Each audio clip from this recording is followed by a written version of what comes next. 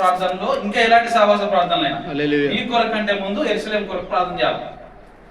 ఎందుకంటే యెరూషలేము దేవుడు ఏర్పరచుకున్న ప్లేస్. యేసయ్య చనిపోయి సిలువ వేయబడిన ప్రాంతం centre point of the earth. అవునా? అక్కడ నుంచే రివైవల్ అనేది స్టార్ట్ అయింది. నార్త్, ఈస్ట్, వెస్ట్, సౌత్ కదా. సో అయితే ఇది ఎందుకు చెప్తున్నానంటే ఇప్పుడు జరిగిన యుద్ధం మూడో ప్రపంచ యుద్ధానికి కాదు. అయితే దానియేలు ఒక ప్రార్థన చేస్తూ ఉంటాడు. దానియేలు ప్రార్థన చేసినప్పుడు ఆయనకు జవాబు ఎన్ని రోజులకు వస్తుంది? 21 డేస్కి వస్తుంది. 9వ అధ్యాయంలో మీరు చూసినట్లయితే అక్కడ తీయాల్సిన అవసరం లేదు. 21 డేస్కి ఆ జవాబు 21 డేస్ కంటే ముందే వచ్చేది. కానీ ఎందుకు రాలేదు అంటే పర్షియా దేశం నుంచి, అక్కడ మీరు చదివితే పర్షియా దేశం నుంచి ఒక దూత ఆయనను అడ్డుకుంటుంది. ఏ అడ్డుకుంటుంది? గాబ్రియల్ దూతని. గాబ్రియల్ దూతని అడ్డుకున్నప్పుడు పర్షియా దేశం అంటే ఇదే ఇప్పుడు ఉన్నటువంటి ఇరాన్ దేశం. ఈ ఇరాన్ దేశమే చాలా భయంకరమైనటువంటి పాపం గల దేశం. అంటే దేవునికి విరుద్ధమైన కార్యాలు చేసే దేశం. ఇప్పుడు చూసారా, ఇప్పుడు ఇరాన్ చాలా రిచ్ కంట్రీ అంటే యాక్చువల్గా వాళ్ళకు ఉండే క్రూడ్ ఆయిల్ తో వాళ్ళ ఇండియా వాళ్ళ టాప్ సెకండ్ ప్రొడ్యూసర్ అంటే రష్యా తర్వాత అదే. కానీ వాళ్ళు ఎందుకు పేదరికంలో ఉన్నారు? మనం ₹1 ఇస్తే అలా ₹5,000 ఇవ్వాలి వాళ్ళ కంట్రీ. ఎందుకు పూర్ కంట్రీస్ ఉన్నాయి? ఇవన్నీ వచ్చిన డబ్బులన్నీ ఆ ఇజ్రాయెల్ పక్కన ఉన్నటువంటి ఆ తీవ్రవాద సంస్థలకు వాళ్ళు వెచ్చిస్తా ఉన్నారు. అది కోపం వచ్చింది, అందుకే యుద్ధం జరిగింది. అయితే ఈ 21 రోజులకు రావాల్సిన 21 రోజుల తర్వాత డిలే అయింది. ఆయన ప్రార్థన రిక్వెస్ట్ డిలే అయింది. ఎందుకంటే ఈ పర్షియా దేశములో నుంచి వచ్చిన దూతనట ఆ మైకెల్ అంటే మిఖాయేలు దూతతో పోరాడి ఆపేసింది అన్నట్టు.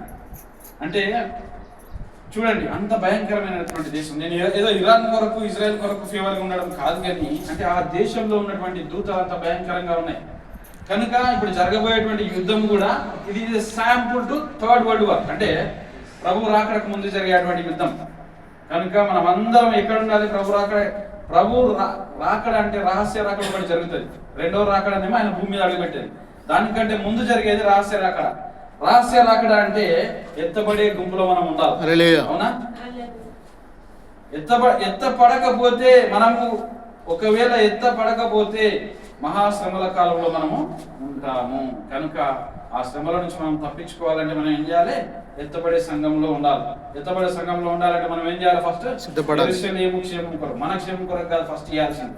యెరూషలేము క్షేమం కొరకు ఫస్ట్ మనము ప్రార్థన చేయాలి. ఇప్పుడు వాక్యంలోకి వెళ్దాం. 2 కొరింథీయులకు రాసిన పత్రిక 12వ అధ్యాయము 15వ వచనం. Praise the Lord. హల్లెలూయా. కనుక ఈ రోజు ప్రార్థన రిక్వెస్ట్ లో ఫస్ట్ మనం చేయాల్సింది దేనికోసం? ఇజ్రాయెల్ క్షేమం. అదే యెరూషలేము క్షేమం కొరకు ఖచ్చితంగా ప్రార్థన చేయాలి. ఈ యుద్ధం 2 వారాల బ్రేక్ అయింది. ఒకవేళ ఇదే యుద్ధం కంటిన్యూగా జరిగితే ఈ రోజు మన సిలిండర్ కూడా దొరకదు. అవునా? ఇజ్రాయెల్ హిజ్బుల్లా మీద మళ్ళీ అటాక్ చేసింది. అది వేరు. 2 కొరింథీయులకు రాసిన పత్రిక 12వ అధ్యాయం 15వ వచనం. కాబట్టి నాకు కలిగిన యావత్తు మీ ఆత్మల కొరకు బహు సంతోషముగా వేపరచెదను. నన్నును వేయపరచుకుందును. నేను మిమ్మును సరిపోతుంది అంతే. వేయపరచుకుందును. ప్రార్థన చేస్తున్నాను. మహోన్నతుడా, పరిశుద్ధుడా, నా తండ్రి నీకే వందనాలు. కనికరం గల రాజా, గొప్ప దేవ, ఆశ్చర్యకరుడా, అద్వితీయ దేవుడా, నీకు వందనాలు, స్తోత్రాలు తెలియజేసుకుంటా ఉన్నాను. దేవ, నా తండ్రి ఇచ్చినటువంటి శ్రేష్టమైన వాక్యాన్ని బట్టి నీకు వందనాలు. దీనిలో ఉన్న లోతైన ఆత్మీయ మర్మాలు మేము ధ్యానించుండగా అయ్యా నా తండ్రి మీరు మాతో మాట్లాడాను. దేవా, నన్ను వాడుకోలేము నా తండ్రి. లోతైన ఆత్మీయ మర్మాలు దాని ద్వారా మేము చేయవలసిన పని ఏంటిదో మాకు చేపించమని నన్ను నేను తగ్గించుకుంటూ నేను ఆనందిస్తున్నాను. నా సరేడని యేసు పవిత్రమైన నామమున మీకు కృతజ్ఞతలు తెలుపుకుంటున్నాను తండ్రి. ఆమేన్. కొరింథీయులకు అపొస్తలుడైన పౌలు రాస్తూ 2వ పత్రికలో ఏమంటాడంటే, మీ కొరకు నన్ను నేను ఏర్పరచుకొందును. అంటే ఇక్కడ అపొస్తలులు పౌలు అంటే పౌలు దేవునిచే పిలువబడినటువంటి సేవకుడు. అవునా? ఇక్కడ అందరం ప్రతి ఒక్కళ్ళము దేవునిచే పిలువబడిన సేవకులమే. అవునంటారా కదంట? పక్కన వాళ్ళకి చెప్పండి, నేను దేవునిచే పిలువబడిన సేవకుడు. నేను దేవునిచే పిలువబడిన సేవకుడు. హల్లెలూయా. దేవుడు నన్ను పిలుచుకున్నాడు. Praise the Lord. Hallelujah. Praise the Lord. దేవుడు నన్ను పిలుచుకున్నాడు. ఇక్కడ అపోస్తలుడైన పౌలు ఏం చెప్తా ఉంటాడంటే, ఇక్కడ అపోస్తలుడైన పౌలు అసలు మనము దేని కొరకు పిలువబడ్డామో దాని గురించి ఈరోజు మనం నేర్చుకుందాం. దేని కొరకు పిలువబడ్డాము? దేవుని పని కొరకు. అవునా? అవును. దేవుని పనిలో 4 పనులు మనం చేయాలి. దేవుని పనులు ఎన్ని పనులు చేయాలి? 4 మేజర్ పనులు 4 చేయాలి. ఇక్కడ చాలా మంది సేవకులు ఈరోజు ఎట్లా తయారయ్యారంటే ఇంతసేపు తయారయ్యారు. కానీ ఇక్కడ చెప్పేది ఏంటిది? మీ కొరకు నన్ను నేను వ్యయపరుచుకుందును. అంటే we have to spend, not take. We have to give, we have to spend. అందుకే ఇక్కడ అపోస్తలుడైన పౌలు ఏం చెప్తా ఉంటాడంటే 14వ వచనం చదవండి, మీకు క్లియర్ గా అర్థమవుతుంది. ఇదిగో ఈ మూడవసారి మీ యొద్దకు వచ్చుటకు సిద్ధముగా ఉన్నాను. వచ్చినప్పుడు మీకు భారముగా ఉండను. మీకు భారముగా ఉండను అంటే అపోస్తలుడే ఆయన చెప్తా ఉన్నాడు, నేను ప్రజలకి, జనులకి, సంఘానికి భారముగా ఉండను. ఇంకేం చేస్తాడట కింద, మీ సొత్తును కాదు మిమ్మల్నే కోరుకొనిచున్నాను. అంటే కొరింథీయులకు ఎంతో కొంత బాగానే ఉందాడ. అవునా? కొరింథీయులు మంచి సంఘమే, ఆస్తిపరులే ఉన్నారు దానిలో. కానీ ఆయన అలా సొమ్ము కొరకు పోవట్లేదు, ఆయన వల్ల ఆస్తి కొరకు పోవట్లేదు, ఆయన వాళ్ళ అంతస్తుల కొరకు పోవట్లేదు, ఆయన వాళ్ళ డబ్బుల కొరకు పోవట్లేదు. ఆయన ఎందుకు పోతున్నాడంటే ఆయనను వేయపరుచుకోవడానికట. Praise the lord. ఆయనకు ఉన్నది వల్ల ఖర్చు పెట్టడానికి, అది డబ్బు కావచ్చు, లేకపోతే ఆత్మ జీవం కావచ్చు, లేకపోతే ఇంకా జ్ఞానం కావచ్చు, ఆయనకు ఉన్నది వాళ్ళు తెలియజేయడానికి ఎలా నన్ను ఆశపడతా ఉన్నాడు. ఇందుకొరకు దేవుడు నన్ను నేను వేయపరుచుకుందును అని అపోస్తలుడైన పౌలు ద్వారా చెప్తా ఉన్నాడు. కానీ చాలా మంది సేవకులు ఈ వాక్యం, అసలు ఈ వాక్యం ఎవరైనా ఇంతకు ముందు దాన్ని ధ్యానించారా? చెప్పండి, మీ సేవకులు ఎవరైనా ధ్యానించి చెప్పారా? అంత కాన్సన్ట్రేషన్ దీని మీద పోదు. మనం వాస్తవం ఒప్పుకోవాలి, రియలిస్టిక్ ఒప్పుకోవాలి. ఈ రోజు జరిగే సేవ నిజమైన సేవ కాదండి చెప్తున్నాను. ఇలా మనమంతా నిజమైన సేవకులమే కావచ్చు, కానీ బయట జరిగే సేవ నిజమైన సేవ కాదు. అమెరికాలో ఒక నానుడి ఉంది తెలుసా? ఒక నానుడి ఉంది. ఏంటిదంటే ఒకప్పుడు అట 20-30 years బ్యాక్ అట ఇండియాలో వీధికి ఒక రౌడీ ఉండేటోడ. ఇండియాలో ప్రతి గల్లీకి ఒక రౌడీ. ఈ గల్లీలలో అయితే ఆ రౌడీ చూసుకుంటాడు, లేకపోతే వాడే రౌడీ పెడతాడు. ఇప్పుడు ఆ రౌడీల ప్లేస్ లా భయంకరమైనటువంటి సేవకులు తయారయ్యారు. భయంకరమైనటువంటి సేవకులు అని అందరిని అంటలేదు, కొంతమంది భయంకరమైనటువంటి సేవకులు. ఎందుకు వస్తున్నారు అంటే వాళ్ళు తమ ప్రజల సొత్తును చూసుకోవడానికి వస్తున్నారు. ప్రజల సొత్తు మీద కాన్సన్ట్రేషన్ చేసి వస్తున్నారు, కానీ వాళ్ళని వాళ్ళు వేయపరచుకోవడానికి రావట్లేదు. అందుకే పౌలు అంటాడు కదా, నేను మీకు భారంగా ఉండడానికి రాను. వస్తే ఈసారి మూడోసారి, అంటే ఆయన ఆల్రెడీ 2 సార్లు వచ్చిండు, మూడవసారి రావడానికి నేను సిద్ధంగా ఉన్నాను. ఎందుకు సిద్ధంగా ఉన్నాడంటే మీ గురించి నన్ను నేను వేయపరచుకోవడానికి, అంటే నాకు జరిగింది, నాకు ఉన్నదంతా మీకు ఇయ్యడానికి రావాలని ఆశపడుతున్నానని చెప్పి. ఇంకా కొన్ని మాటలు కిందకి చదవండి, కింద ఎస్ 16 చదవండి. అది అలాగుండనియకుడి, నేను మీకు భారంగా ఉండలేదు గాని యుక్తిగల వాడనై మిమ్మును తంత్రం చేత పట్టుకొండినని చెప్పుదురేమో. సరిపోతుంది. అందరు ఏమనుకుంటారట, లేదా మాయ చేసిండు, మంత్రం చేసిండు, వీళ్ళందరూ పౌలు దగ్గరికి వెళ్ళిపోతున్నారు. అట్లా కాదు, అట్లా అనుకుంటారు. ఇక్కడ దానికంటే ముందు ఒక మాట ఉంటుంది, మీకు భారంగా ఉండలేదు కానీ, మీకు భారంగా ఉండలేదు. సరిపోతుంది అంతే. భారంగా ఉండలేదు అంటే ఇప్పుడు అయ్యగారికి వీళ్ళు ఖర్చు పెట్టాలి, అవునా? అయ్యగారికి ఇల్లు కొనియాలి, లేకపోతే అయ్యగారికి ఒక కారు కొనియాలి, లేకపోతే అయ్యగారికి ఒక పెద్ద ప్యాలెస్ కట్టియాలి. అది భారం, అవునా? కానీ అక్కడ ఆయన దానికి ఇష్టపడట్లేదు. కానీ ఆయన దగ్గర ఉన్నదాన్ని ఈ ప్రజల కొరకు ఖర్చు పెట్టడానికి ఆయన సేవలో ఒక పరిచారకుడిగా ఎన్నుకున్నాడని ఆయన చెప్తా ఉన్నాడు. ఈరోజు సేవకులు ఆ విధంగా ఉన్నాం. ఈరోజు ఎంతమంది సేవకులు ఆ విధంగా ఉన్నాం. మన దగ్గర ఉన్నది ఖర్చు పెట్టడానికి ఎంతమంది సిద్ధంగా ఉన్నారు, మన దగ్గర ఉన్నది చేయడానికి ఎంతమంది సిద్ధంగా ఉన్నారు. ఒక 2, 3, 4 అందరిలో పట్టాలి. అందుకే సామెతలు 11:24 ఏమంటే చూడండి, సామెతలు 11:24 అభివృద్ధి పొందేవారు కలరు, తగిన దానికంటే అభివృద్ధి పొందేవారు కలరు, అయిన దానికన్నా తక్కువ ఇచ్చి నేమికి వచ్చేవారు కలరు. మీరందరూ ఎంతో కొంత వ్యవసాయం చేసిన వాళ్ళు, అవునా? అవునా కాదు? అవును. విత్తనాలు వేసినప్పుడు ఒక్కొక్కటి పెడతారా, లేకపోతే వారి విత్తనాలు వేసినప్పుడు వాళ్ళు చల్లేటప్పుడు ఒక్కొక్కటి చల్లుతారా, లేకపోతే ఇట్లా గుప్పులు తీసుకొని టక్క టక్క ఇట్లా చల్లుకుంటూ పోతారు? ఉప్పులు వేపుతాం.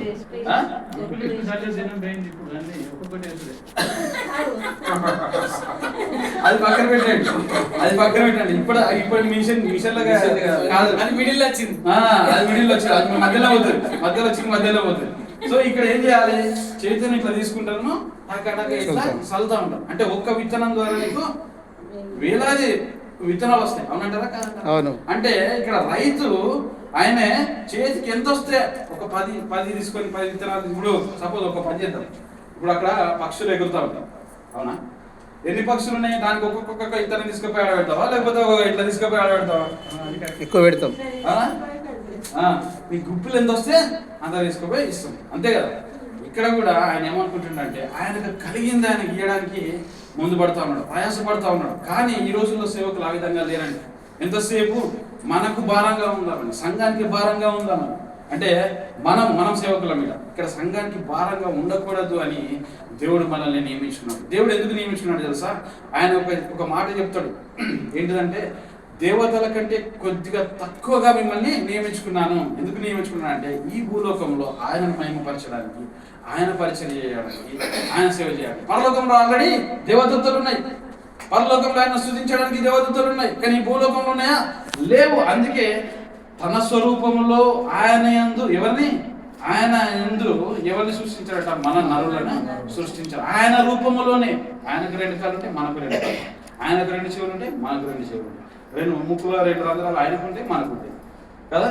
కనుక చెవులు కూడా 2 ఉంటాయి. కనుక దేవుడు ఆయన పని కొరకు మనల్ని సృష్టించుకున్నాడు.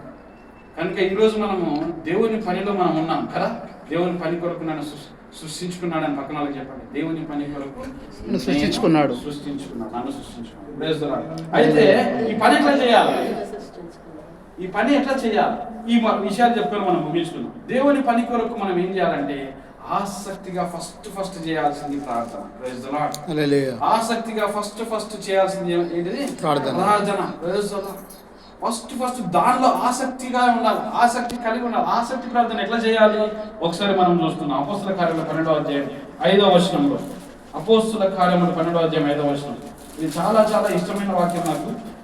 15వ వచనం. పేతురు చెరసాలలో నేను చదువుతాను. పేతురు చెరసాలలో ఉంచబడెను. సంఘం అయితే అతని కొరకు అత్యాసక్తితో, ఆసక్తి కూడా కాదు, ఆసక్తితో. ఇంగ్లీష్ లో ఏమంటారు తెలుసా? ఇయర్నెస్ట్ అంటే నియర్నెస్ట్ లాగా, చెకి దగ్గరగా అత్యాసక్తితో దేవునికి ప్రార్థన చేయుచున్నాడు. మరి ఆ సంఘ కాపరి ఎవరు? పేతురే. డౌట్ గా చూస్తులేదు సంఘ కాపరి అంటే. పేతురు ఎక్కడ ఉన్నాడు? పేతురు మందిరంలో ఉన్నాడా? చెరసాలలో ఉన్నాడు. ఆయన ఇంకా చేతులు పట్టలేనే వస్తున్నాడు. మనకు కరెక్ట్. దేవుడు ఆయన దేవుడు. పేతురు ఎక్కడ ఉన్నాడు? చెరసాలలో. ఆ సంఘం ఎవరిది? ఇప్పుడు మిమ్మల్ని మీకు క్వశ్చన్ ఇస్తున్నా. మీరు ఒక 15 రోజులు ఊరు దాటిపోతే మీ సంఘం ఎక్కడ ఉంటుంది? చెదిరిపోతుంది. హల్లెలూయా. అయ్యగారు చెప్పినా లేదా? అంటే మీ సంఘాన్ని మీరు ఆ విధంగా పోషిస్తున్నారా? సంఘాన్ని ఏ విధంగా పోషించాలి? ప్రార్థనలో పోషించాలి. అత్యాసక్తితో ప్రార్థన చేయించుండాలి. అంటే సంఘ కాపరి లేకపోయినా సంఘం ఎక్కడ ఉండాలి? మందిరంలో ఉండాలా? ఒక 15 రోజులు దయాకరాయ గారు 15 రోజులు టూర్కి పోయింది అనుకోండి, వాళ్ళ సంఘం ఎక్కడ ఉంటుంది? మందిరానికి వస్తుందా లేకపోతే ఇంకెక్కడ ఉంటుందా? ఎక్కడ ఉండాలా? మందిరంలో ఉండాలా. దయాకరాయ గారి చర్చిలో నేను గమనించింది ఏంటంటే మధ్యాహ్నం 1 గంట నుంచి 2 గంటల వరకు రోజు ప్రార్థనలు జరుగుతాయి. అవునా? తెలుసా ఆ విషయం? 12 గంటలకు వెళ్ళి 1 గంటకి వెళ్ళి 2 గంటల వరకు ప్రతిరోజు ప్రార్థన జరుగుతుందా? ఒవ్వరు వచ్చినా లేకపోయినా అయ్యగారు మాత్రం వాడు ఉంటాడు. 1 గంట నుంచి 2 గంటల వరకు అక్కడ ఉంటుంది. లేకపోతే అమ్మగారు అన్నం పెట్టారు 2 గంటల వరకు. అయితే సంఘం కొరకు నిజంగా సంఘస్థులు కూడా చాలా మంది వస్తారు, వచ్చి ప్రార్థన చేస్తూ ఉంటారు. ఇక్కడ మనం సంఘాన్ని ఎట్లా తయారు చేయాలంటే అత్యాసక్తితో ప్రార్థన చేసే సంఘాన్ని నువ్వు తయారు చేసినావా లేదా? అత్యాసక్తితో ఎప్పుడు ప్రార్థన చేయాలంటే సంఘంలో కాపరి లేనప్పుడు కూడా సంఘం ప్రార్థన చేయాలి. అంటే ఇక్కడ శ్రమ వచ్చింది ఎవరికి? పేతురికి. పేతురు ఏం చేయబడ్డాడు? సువార్త ప్రకటిస్తూ ఉంటాడు. తీసుకుపోయి ఎక్కడ వేశారు? చెరసాలలో. జైలు వేశారు. నరకయాత్ర పెట్టారు. అయితే ఆయన గురించి సంఘము ప్రార్థిస్తా ఉంది. Praise the Lord. ఈ రోజు భారతదేశంలో ఉన్న సంఘాలకు చాలా మంది కాపర్లు ఎక్కడున్నారు? నార్త్ ఇండియా పోతే అందరు జైల్లో ఉన్నారు. వారి కొరకు ప్రార్థన చేస్తూనే ఉన్నారు. నిజంగా హల్లెలూయా. Praise the lord. కనుక మనము చేయాల్సిన పని ఏంటంటే ఫస్ట్ పని అత్యాసక్తితో ప్రార్థించే సంఘాలను మనం కట్టాలి. Praise the Lord. హల్లెలూయా. మరి నీ సంఘం ఎట్లుంది? ఈరోజు మీకు క్వశ్చన్ వేస్తాను. నీ సంఘం ఎట్లుంది? కావాలంటే రాసుకోండి కింద. నా సంఘం కూడా నెక్స్ట్ 1 month ఒక టార్గెట్ పెట్టాలి మనం. ఒకవేళ అయ్యగారు లేకపోయినా మనము సంఘం వచ్చి ప్రార్థన చేస్తున్నారా? అయ్యగారి కొరకు ప్రార్థన చేస్తున్నారా? లేకపోతే ఆయన కుటుంబం కొరకు ప్రార్థన చేస్తున్నారా? నిజంగా అత్యాసక్తితో, ఆసక్తి కూడా కాదు, అత్యాసక్తి అంటే ఆసక్తి కంటే ఇంకెక్కువ, రెట్టింపు, ఆసక్తి కంటే రెట్టింపు, డబుల్ పోర్షన్ తోని. అంటే పేతురు వాళ్ళని ఆ విధంగా తయారు చేసిండు. మరి పేతురు తయారు చేసినప్పుడు మనం ఎందుకు తయారు చేయాలి? ఎందుకు తయారు చేయకుండా ఒక్క వారం అయ్యగారు రాకపోతే ఆ సంఘంలో అంతెందుకు మా స్టీఫెన్ పాల్ గారి గురించి చెప్తాను. ఆయన దాదాపు 3-4 నెలలు అమెరికా పోతాడు. లాస్ట్ అక్టోబర్ నుంచి 15 నుంచి. మా లీడర్లు కొంతమంది ఫోన్ చేస్తారు, అయ్యగారు వచ్చినట్టు నా అయ్యగారు ఉన్నారట. ముందే శనివారము ఆదివారం అయ్యగారు లేడనుకో జంపు అయ్యగారి కోసం వస్తున్నారు. అయ్యగారి కోసం అయ్యగారు ఎల్ఈడీలో మాట్లాడినా కానీ ఆయనకు అలా ఇంట్రెస్ట్ ఉండదు. అయ్యగారు పక్క ఆయన అయ్యగారు కళ్ళ పడాలా వాడు చేసినా చేయకపోయినా పని. అయ్యగారు లేమో పని చేయడు. ఇక అంటే ఇక్కడ వాళ్ళ ఆసక్తి దేనిపైన ఉంది? అయ్యగారి పైన ఉంది.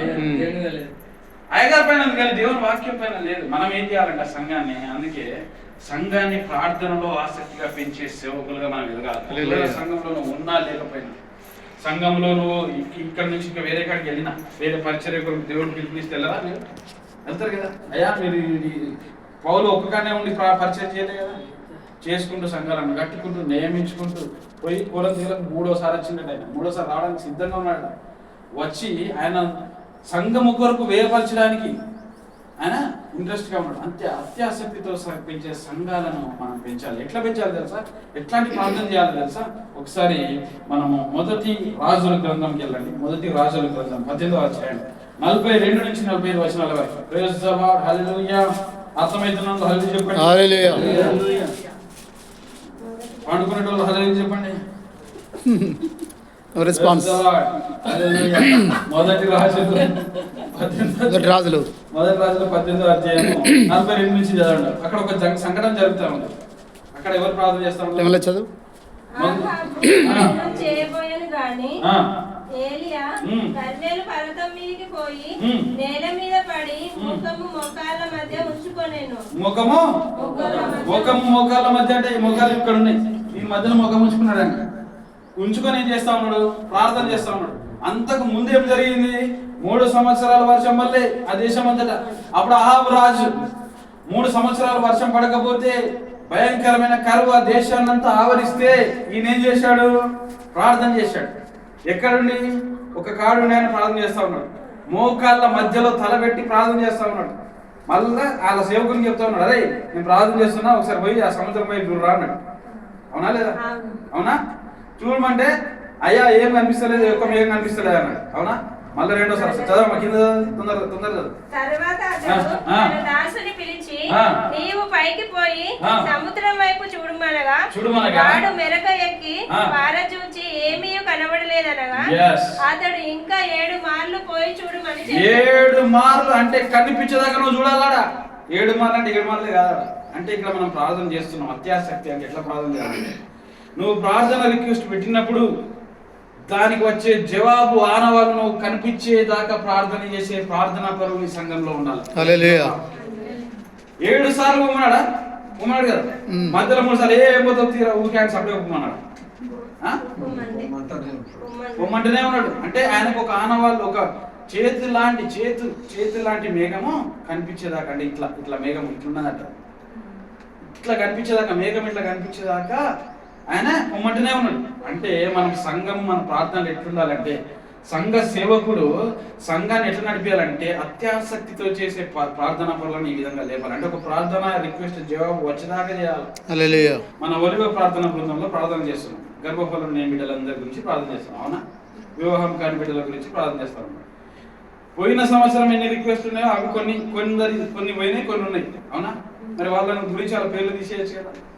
ఎందుకు చేస్తున్నాం అంటే వాళ్ళకు గర్భఫలం వచ్చేదాకా మనం ప్రార్థన చేయాలి, ఆనవాళ్ళు కనబడేదాకా చేయాలి. అది దాని ఉద్దేశం ఇదే, ఈ వాక్యమే. దీన్ని చూసుకొని నేను పెట్టినాను ప్రార్థన రిక్వెస్ట్. కనుక సంఘం ఎట్లా ప్రార్థన చేయాలంటే అత్యాసక్తితో కలిగి ఆనవాళ్ళు కనిపించే వరకు ప్రార్థన చేసే సంఘాలను మనము పోషించాలి. అవునంటారా కదంటారా? అవునంటారా కదంటారా? క్వశ్చన్ చేస్తా ఉన్నాడు. కనిపించిందా లేదా మేఘం? కనిపించే వరకు ఆయన ప్రార్థన చేస్తూనే ఉన్నాడు. ఇక్కడ మోకాళ్ళ మధ్యలో ఉండి ప్రార్థన చేస్తా ఉన్నాడు. మోకాళ్ళ మధ్యలో తలబెట్టి ప్రార్థన చేస్తా ఉన్నాడు. ఈ రెండు మోకాళ్ళు దేనికి సాదృశ్యం అంటే తండ్రికి కుమారునికి సాదృశ్యం. Praise Lord. ఆయన మధ్యలో తలబెట్టాడు. ఆయన మధ్యలో తలబెట్టాడంటే ఆయన మధ్యలో నువ్వు సరెండర్ కావాలి. Praise Lord. కుమారునికి మధ్యలో నువ్వు సరెండర్ అయిన ప్రార్థన చేసినప్పుడు పరిశుద్ధాత్ముడు ఏం పంపించిండండి? పరిశుద్ధాత్ముడు ఏం పంపించాడు? మేఘాన్ని పంపించాడు. Praise Lord. పరిశుద్ధాత్మ ద్వారా కార్యాలు జరుగుతాయి. కనుక మన సంఘం ఏం చేయాలంటే అత్యాసక్తితో ప్రార్థన చేసే ప్రార్థనా పనులను మనము కట్టాలి. ఎప్పుడు కట్టాలంటే ఒక దైవ సేవకుడు ఎట్లుండాలి అంటే, ఇక్కడ దైవ సేవకుడు ప్రార్థన చేసినా లేదా? ఎవరైనా ఏలిసానా ఎలియనా? ఏలియా. చాలా మంది కన్ఫ్యూజ్ అవుతారు. ఒకరు ఏలిసా చెప్తారు, ఒకరు ఏలియా చెప్తారు. చాకి యాకే తేడా అంతే. అవునా? కనుక ఏలియా ప్రార్థన చేశాడు. రెండు కాళ్ళ మధ్యలో ఆ రెండు కాళ్ళు దేనికి సాదృశ్యం అంటే మీకు తెలుసు తెలియదు, తండ్రికి కుమారునికి సాదృశ్యము. తల దాన్ని సరెండర్ చేయడానికి సాదృశ్యము. నువ్వు తల వంచి ప్రార్థన చేయాలి, తల వాళ్ళ మధ్యలో పెట్టాలి. అంటే నువ్వు సర్వము ఆయనకు అప్పగించుకోవాలి.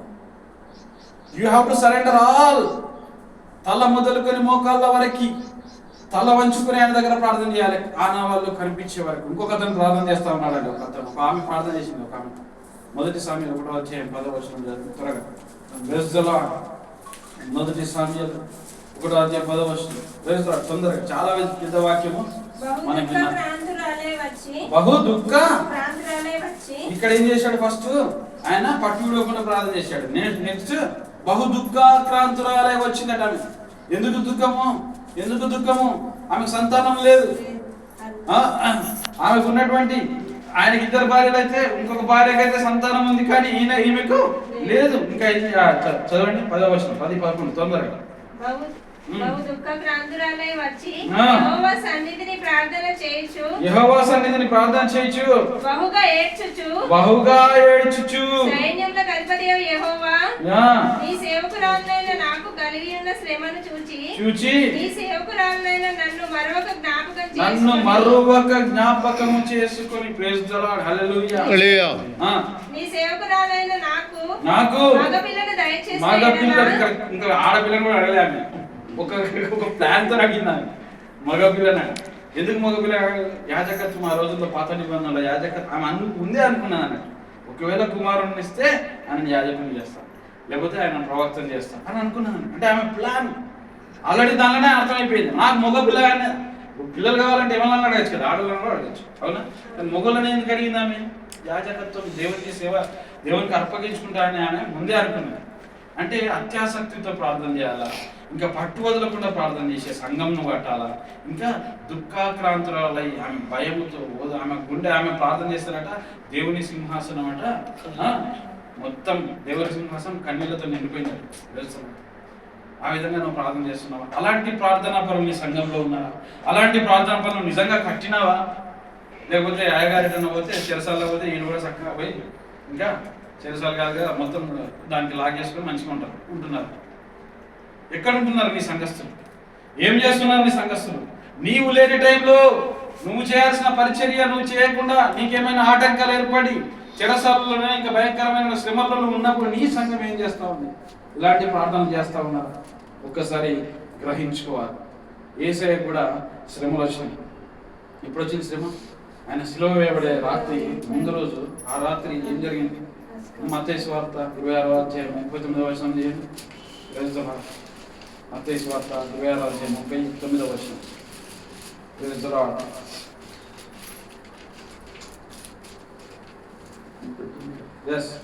కొంత దూరం వెళ్ళి సాగిలపడి, నా తండ్రి సాధ్యమైతే ఈ గిన్నె నా యొద్ద నుండి ఆయనను నా ఇష్ట ప్రకారం కాదు నీ చిత్త ప్రకారమే కానిమని ప్రార్థించండి. ఇక్కడ ప్రార్థన యేసయ్య ప్రార్థన చేస్తా ఉంటాను. శిష్యులు ఏం చేశారు? నిద్రపోతున్నారు.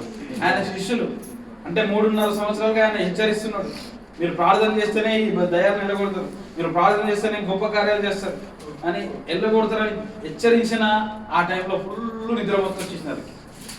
అంటే పాస్టర్ గారు ప్రార్థన చేస్తూ ఉంటే ఆయన శిష్యులు ఎక్కడ ఉన్నారు? నిద్రపోతా ఉన్నారు. అవునా? ఇలాంటి సంఘాలు మనకొద్దు. అక్కడ పాస్టర్ గారికి శ్రమ వచ్చిందాడు, ఏసైకి శ్రమ వచ్చింది, ఆయన బోధకుడికి శ్రమ వచ్చింది. శ్రమ వచ్చినప్పుడు ఆయన శ్రమలో వీళ్ళు పాలు పంచుకోవాలన్నా వీళ్ళేం చేస్తూ ఉన్నారు? మంచి నిద్రావస్థలో ఉన్నారు. అప్పుడు ఆయన శ్రమ గురించి ఏమో కానీ మొత్తానికి ఆయన దుఃఖపడ్డాడు, ఏసై దుఃఖపడ్డాడు. అవునా? ఆయన చెమట బిందువట రక్తంలాగా మారిపోయింది. సైంటిఫిక్ గా ప్రూవ్ అయింది కూడా ఇది. మనిషి బీపీ అట సంథింగ్ 300 400 దాటిపోతే ఆటోమేటిక్ గా బ్లడ్ వచ్చేస్తుంది. అప్పుడు ఆయన బీపీ, ఆయన థింకింగ్ అట్లా పెరిగిపోయింది అన్నట్టు. ఏసై పెరిగిపోయి నరాలు చిట్లిపోయి, ఆ చిట్లిపోయినప్పుడు మనకు వచ్చే చెమట ఉంటుంది కదా, ఆ చెమటలో నుంచి ఆ రక్తం వచ్చేసింది. అది సైంటిఫిక్ కూడా ప్రూవ్ అయింది. ఆ విధంగా అంటే ఏసైకు ఆ టైంలో బీపీ అంత రైజ్ అయిపోయింది. ఎందుకు రైజ్ అయిపోయింది అంటే ఒక దిక్కేమో శిష్యులు పడుకుంటా ఉన్నారు, ఒక దిక్కేమో వాడికి వెళ్ళి శ్రమ వస్తుంది, ఒక దిక్కు నేను సిలువ వేయబడతా ఉన్నాను, తండ్రి నాకు అప్పగించిన పని నేను పూర్తి చేయాలి. ఇన్ని శ్రమల మధ్యలో ఆయన అందరి గురించి దుఃఖిస్తూ ఉన్నాడు. అంటే మనం కూడా దుఃఖంతో ప్రార్థన చేయాలి. సేవకులైనటువంటి మనం, నీ సంఘము నిద్రావస్థలో ఉండద్దు. ప్రియా సేవకుడా, గుర్తుపెట్టుకోండి. 1 నిద్రావస్థలో ఉండద్దు, 2 ఆసక్తితో ప్రార్థన చేయాలి, 1 ఇంకా పట్టు వదలకుండా ప్రార్థన చేసే సంఘాన్ని నువ్వు కట్టాలా, 3వదిగా దుఃఖాక్రాంతంతో అంటే ఏడుపుతో కన్నీటితో ప్రార్థన చేసే సేవకులు నీ సంఘాల్లో ఉండాలి. ఇలాంటి వారిని నువ్వు లేపాలి. అప్పుడే నువ్వు ఆసక్తితో పనిచేసినట్టు. ఫస్ట్ పాయింట్ నేను చెప్తాను, ఆసక్తి కలిగి ఉండాలి దేవుని పని కొరకు. ఈ విధంగా దేవుని పని కొరకు ఆసక్తి లేకుండా ఉంటే నీ ప్రయాస వ్యర్థమే. ఇక్కడ యోనా గురించి మీరు తీయాల్సిన అవసరం లేదు. యోనా ఫస్ట్ ఏం చేశాడండి? ఆయననే ఎక్కడికి పోమన్నాడు దేవుడు? తర్షీషు కింద పోమన్నాడు. తర్షీషు అంటే ఇప్పుడున్నటువంటి బ్రిటన్ కంటే అప్పుడు తర్షీషు. అక్కడ ఓడలు బాగా నిర్మితమైతే అంటే చాలా ఇప్పుడు ఒక పెద్ద సిటీకి పోవాలంటే మీరు ఏ సిటీకి పోతారు ఇండియాలో? కలకత్తా, ముంబై. అయ్యారు కలకత్తా పోతారా మీరు? ముంబై. పరిచయం ఏమని వేరే కడికి పోతే కలకత్తా పోతారా, ముంబై పోతారా? కురికేయాలి, గ్రామంకి వస్తాం. అవునా?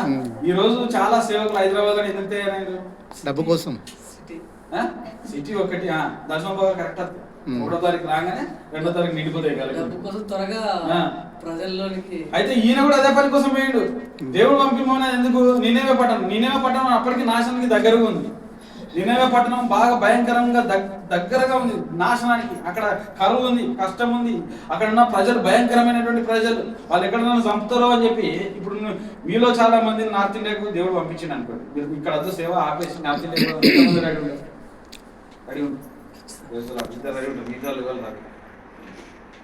అంటే మీరు ఎంతసేపు కంఫర్ట్ జోన్నే చూసుకుంటా ఉన్నారు కదా. చాలా మంది, నేను మిమ్మల్ని అంటే నేను కొంతమంది సేవకులు కంఫర్ట్ జోన్నే చూసుకుంటా ఉంటారు. అదే వదిలేయాలి. ఇక్కడ నిన్నేమో యోనా ఏం చేశాడు? దేని అంత ఆసక్తి ఉన్నది ఆయనకి? ఆయన తర్షీషు అంత ఆసక్తి ఉంది. తర్షీషు అంత ఎందుకు ఆసక్తి ఉంది? అక్కడ డబ్బులు బాగా వస్తాయి, సేఫ్ సైడ్, మంచి సిటీ, అక్కడ మంచి లైఫ్ లీడ్ చేయొచ్చు అని ఆశగా ఉంది. కానీ దేవుని ప్లాన్ ఏంటి? నినేవేకి పోవాలి. అక్కడ నినేవే ప్రజలు నాశనం అయిపోతా ఉన్నారు. దేవుని ఆసక్తి ఏమో నినేవే మీద ఉంది, ఈయన ఆసక్తి ఏమో ఎక్కడ ఉంది? తర్షీషు మీద ఉంది. కనుక సేవకులారా, మీరు నిజంగా దేని అంత ఆసక్తి ఉన్నారో ఒక్కసారి మిమ్మల్ని మీరు పరీక్షించుకోవాలి. Compulsory you have to spend time in God's present to get his answer. ఆయన దగ్గర నుంచి ఆన్సర్ వచ్చే వరకు మీరు ఆసక్తితో ప్రార్థన చేయాలి. ఇక్కడ ఏం జరిగింది? ఆయన ఎట్టి పరిస్థితుల్లో దేవుడు ఆయననే ఆడికి తీసుకోపోయింది. ఎందుకు? చేప తుఫం వచ్చింది, చేపలో మునిగిండు, 3 రోజులు ఆడున్నాడు, దానికి వెళ్ళి బయటకు వచ్చి తర్వాత మళ్ళా దేవుడు అనుకున్నా మళ్ళా నినేవే పట్టణం. నినేవే ప్రజలు ఎట్లున్నారు అక్కడ? వాళ్ళు భయంకరంగా ఎప్పుడు కొడదామన్నట్టున్నారు. సేవకుడు వస్తే కొడదామన్నట్టు, సేవకులు నమ్మేసా పట్టణం అంటారు. అందుకే ఆయన పోలేదు అడిగి. ఈరోజు శ్రమ ఉన్న కాడికి సేవకుడు పోవట్లేదండి, కష్టం ఉన్న కాడికి సేవకుడు పోవట్లేదు. కానీ ఆనాడు మిషనరీస్ ఏం చేశారు? వాళ్ళకున్న ఆస్తులన్నీ అమ్మేసుకున్నారు. వాళ్ళకున్నాయన్ని అక్కడ ఉన్నాయని అమ్మేసుకొని, అప్పుడు ఇంకా విమానాలు కూడా లేవు, పడవలలో కొన్ని నెలలు ప్రయాణం చేసి ఇక్కడికి వచ్చి మనకు ఇన్ని ఆస్తులు వాళ్ళు ఇప్పుడున్న ఆస్తి మిషనరీస్ ఉన్న ఆస్తి ఏ ఒక్కటి ఆక్రమించుకొని కట్టింది లేదు. ప్రతి ఒక్కదానికి డాక్యుమెంట్ ప్రూఫ్ ఉంది. Praise Lord. అవునా? ఎందుకు ఉన్నదంటే వాళ్ళు ముందు చూపుతూనే ఫ్యూచర్లో వీళ్ళంతా మళ్ళీ మనం ఏదైనా వెళ్ళిపోయినప్పుడు వీళ్ళంతా ఆక్రమించుకుంటారని చెప్పి డాక్యుమెంట్స్ క్రియేట్ చేసి ఇచ్చారు. అయినా దాన్ని మనల్ని ఏం చేశారు?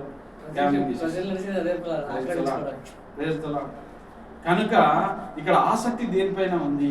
దేవుని ప్రణాళిక పైన ఆసక్తి కలిగి ఉన్నారు.